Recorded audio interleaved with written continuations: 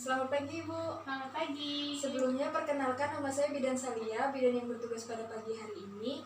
Kalau saya boleh tahu, Ibu ada apa ya?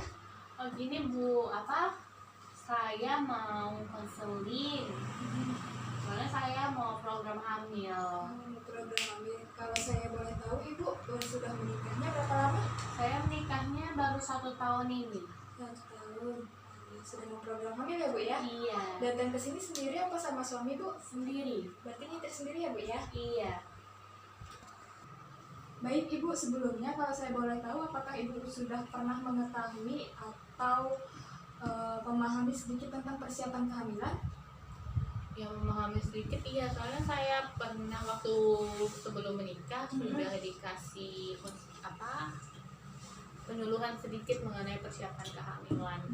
Baik Ibu, maksud dan tujuan saya untuk pemberian KIE atau konseling sebelum kehamilan, persiapan kehamilan itu berguna untuk nanti ketika Ibu dari awal kehamilan hingga melahirkan Ibu ya, sehingga antara Ibu, bayi dan keadaan fisik Ibu maupun psikologisnya dapat berjalan dengan baik selama itu.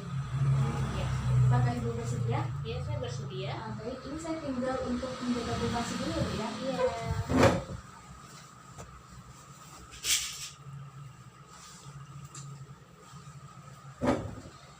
Baik Ibu, sebelumnya saya di sini mau menjelaskan dulu apa aja sih yang Ibu perlu perhatikan untuk dalam persiapan kehamilan itu, baik untuk Ibu ataupun untuk bayi Ibu dan untuk keluarga ataupun lingkungan Ibu ya.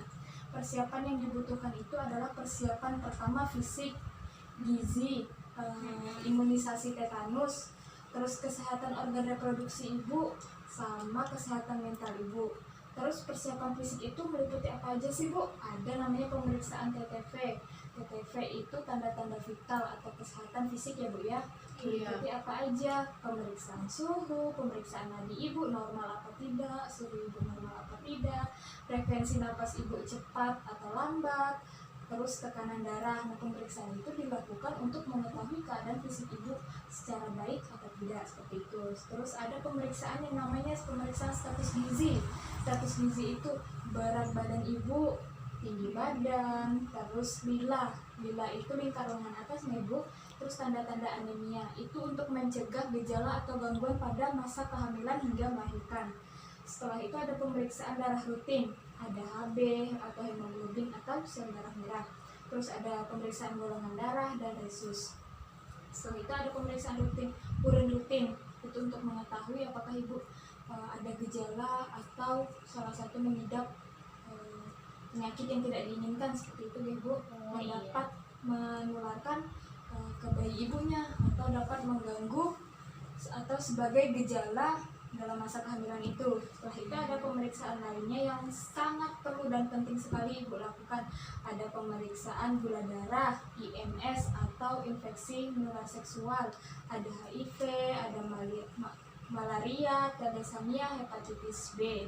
Nah, untuk itu dilakukan supaya penyakit-penyakit seperti itu, pemeriksaan itu dilakukan supaya penyakit-penyakit seperti itu tidak mengganggu masalah kehamilan Ibu dan tidak menularkan kepada bayi Ibu, seperti itu ya. Iya. Setelah itu saya juga sangat menyarankan kepada ibu dan ibu hamil lainnya biasanya untuk melakukan pemeriksaan fisik ke fasilitas kesehatan terdekat itu secara rutin atau berkala ya Bu, untuk mengetahui gejala apa yang Bu idap atau pemeriksaan untuk mengetahui normal apa tidaknya kehamilan Ibu dan bagaimana tumbuh kembang bayi Ibu atau berat badan bayi Ibu. Nah, untuk itu ada juga kita persiapan gizi ya Bu ya tadi ya. Iya. Persiapan gizi itu sangat penting Bu bagi tubuh Ibu, bagi bayi untuk normalnya jalannya kehamilan, seperti itu. Nah, persiapan gizi itu meliputi apa aja sih Bu yang harus Ibu perhatikan? Ada konsumsi makanan gizi seimbang, intinya ada makanan pokok, lauk, pauk, sayuran dan buah-buahan. Ini Ibu sebelum atau kebiasaan rutin Ibu makan sayurannya bagus apa pemilih? Enggak lah, sayurannya makan semua. nggak pilih-pilih sayur. Berarti bagus ya Bu ya, buah-buahan suka ya Bu ya. Suka. Dan jangan lupa untuk mengontrol minuman cairan dalam tubuh. Ya. Terus Ibu apa penderita anemia? Tidak. Tidak. Sudah periksa? Sudah. Baik.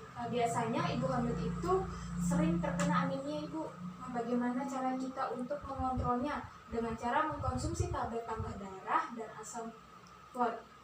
Terus jangan lupa seperti yang saya tadi mengunjungi tenaga kesehatan terdekat. Jika ibu mengalami kekurangan energi kronik yang biasanya dalam kurus itu. Iya. Setelah itu, jika ibu juga menderita anemia, jadi bisa dapat penanganan secara cepat dan baik seperti itu Bu. Makanya pemeriksaan rutin dan berkala itu kita sarankan sekali agar untuk mengetahui gejala-gejala atau hambatan dalam masa kehamilan ibu. Seperti itu. Terus biasakan minum air putih Bu. Iya. Normalnya biasanya itu 8 gelas per hari, tapi kadang kita sering tidak mengontrolnya Ibu ya. Jadi mulai sekarang dikontrol untuk kehamilan yang baik. Terus saya sarankan Ibu sukanya minum teh apa kopi apa gitu? Saya nggak suka teh sama kopi. Oh, Nggak gitu. suka. Lumayan bagus, tapi jika ingin meminum tolong dikontrol ya Bu ya. Iya. Setelah itu batasi untuk mengkonsumsi atau memberikan garam, gula, lemak atau minyak secara berlebihan. Jadi kalau masak itu dikontrol dan ditangkar Bu. Jadi nggak boleh minyaknya terlalu banyak gitu ya, atau Iya. nggak boleh terlalu asin. Iya, nggak boleh, dia nanti bisa berakibatkan salah satu kendala pada kehamilan ibu. Terus imunisasi TB itu adalah imunisasi lanjutan yang terdiri dari imunisasi terhadap penyakit tetanus dan difteri. Nah, itu penyakit tetanus itu adalah kaku dan tegang yang biasa terjadi pada kehamilan. Untuk difteri itu infeksi karena bakteri Bu. Jadi sangat disarankan sekali ibu hamil untuk melakukan imunisasi tersebut. Begitu. Juga saya sebagai tenaga kesehatan juga menganjurkan sangat ibu untuk datang tenaga kesehatan terdekat, mengetahui status imunisasi tetanus yang saya bilangkan tadi. Terus saya sarankan juga untuk mengikuti semua imunisasi yang sudah disarankan oleh tenaga kesehatan. Oh iya. Ya, untuk menjaga stabilitas kehamilan ibu seperti itu. Setelah itu saya panjang lebar ini, apakah ibu sudah memahami atau malah semakin bingung? Sudah Bu, jadi kemarin kan saya waktu mau menikah itu kan imunisasi TT. Nah ini saya udah imunisasi udah 1 tahun imunisasi TT terakhir kemarin kan belum lama, beberapa hari yang lalu. Jadi nggak apa-apa ya kalau sekarang pengen program hamil. Tidak apa-apa Bu. Nah selanjutnya, jika seperti itu ada yang ingin ditanyakan dulu, tidak ada lagi? Tidak ada. Ya, saya lanjutkan Ibu ya. Iya. Sekarang saya akan menjelaskan bagaimana cara untuk menjaga organ reproduksi ibu. Nah ini sangat penting sekali bagi kita kaum wanita yang menyangkut tentang organ reproduksi ya Bu ya. Iya. Terus bagaimana sih caranya? Haidnya lancar Ibu? Lancar, Normal batas waktunya? normal. Baik, saya sarankan untuk tetap selalu mengganti pakaian dalam minimal 2 kali sehari. Iya. Jadi saat kita mandi jangan lupa untuk juga menjaga jangan lupa menggunakan pakaian dalam yang menyerap keringat dan tidak ketat. Biasanya berbahan katun Ibu. Jadi boleh berpakaian dalam yang berbahan katun. Itu baik. Terus jangan lupa untuk selalu membersihkan organ genitalia luar. Caranya dari depan ke belakang. Oh cebok. Iya, selalu dicebok gitu ya kalau bahasa kita. Terus membersihkan ketika sudah kita cebok itu jangan lupa dikeringkan dan dibersihkan. Oh iya, pakai menggunakan tisu Iya, ya. tisu atau handuk kering. Jangan menggunakan pakaian atau kain yang lembab Ibu. Itu nggak bagus. Terus kita harus bisa mengurangi frekuensi penggunaan cairan pembilas vagina atau sabun pembersih itu, Oh iya. sabun sirih. Iya. Nah, diusahakan untuk mengurangi tersebut karena ada bakteri-bakteri yang harus ada dalam tubuh kita malah Oh iya. Jadi nggak boleh terlalu sering Iya. pakai. biasanya kalau saya sarankan sih Bu, cukup gunakan sabun sabun biasa itu dicuci pakai, terus jangan lupa pakai air yang bersih Bu ya. Oh iya. Pengelapnya itu juga harus bersih. Setelah itu tidak memakai pembalut tipis dalam waktu yang lama. Jadi kalau bisa diganti selama 4 jam sekali. Atau setelah ibu melakukan buang air kecil atau BAB bisa diganti seperti itu. Terus ini Bu, saya sangat menyarankan untuk seluruh ibu hamil untuk selalu tidak stres atau merasakan bahagia agar jalannya ketika dia mengandung itu tidak terjadi hambatan.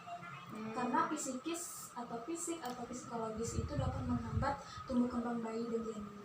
Jadi selama hamil nanti saya nggak boleh terlalu stres ya, harus tetap mengontrol pikiran Iya. gitu.